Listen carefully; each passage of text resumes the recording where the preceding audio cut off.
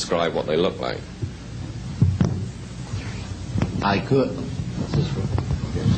but it would probably take a whole lot of time. The reason I state that, when I got out in 1989, we had cataloged 57 different species. You have individuals that look very much like you and myself that could walk among us and you wouldn't even notice the difference, except for some of the things that they might be able to go ahead, even in a dark room, and touch an object and go ahead and identify what color that object might be. They would have a heightened sense of smell, sight, hearing. The situation is that you have various types of what we normally call grays. We didn't call them grays in the military, but you had at least 3 types of the grays. You had some that were much taller than we were.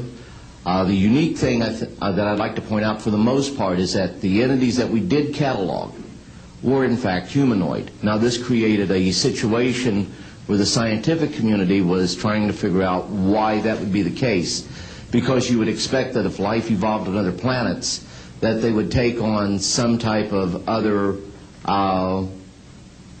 being, so to speak, not necessarily look humanoid or be bipedal such as we are. But apparently we got quite a few of the species out there that are humanoid in appearance, and that creates a question that yet has to be answered by science. Yes, and as I call on you, please state the news agency that you were with. Yes, ma'am. Deanne Davis with United Press International. Could you please address the vehicle that there was a drawing displayed of? Why would this vehicle be on display at an air show? What is the power source that you are asserting is going to be so very useful? And how can you determine that this vehicle is not something that is being developed, by a government agency?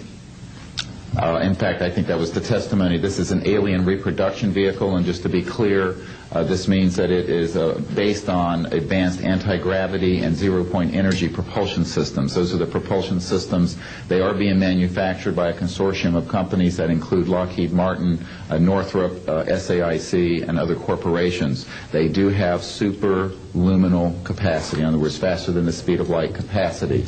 I think Mr. McCandlish and other witnesses that he's identified could go into more of the technical physics of it. I'm just a country doctor from Virginia, I tell people. I mean, really. And but this is actually what is the reason it's called alien reproduction vehicle, is that it's based on the study of extraterrestrial vehicles, but it is manufactured by human military intelligence aerospace contracting arrangements. And this is very important. It means that we, Homo sapiens, have the ability to access this so-called zero-point field of energy, which is the ambient field of energy from which all matter and energy is fluxing, and can access that energy and generate all the power we need to run this planet without fossil fuels or pollution. Do you have any direct evidence, though, that this, we're talking about the same government that so appropriately named a snooper program Carnivore. So just because it's named the alien reproduction vehicle, considering the history and the questions that have been existing for such a long time about flying saucers, do you know, is there any direct reason to believe that this is actually derived from technology? Any of the witnesses who can attest to that? And how would this, a propulsion system, a rocket engine doesn't necessarily translate into electricity.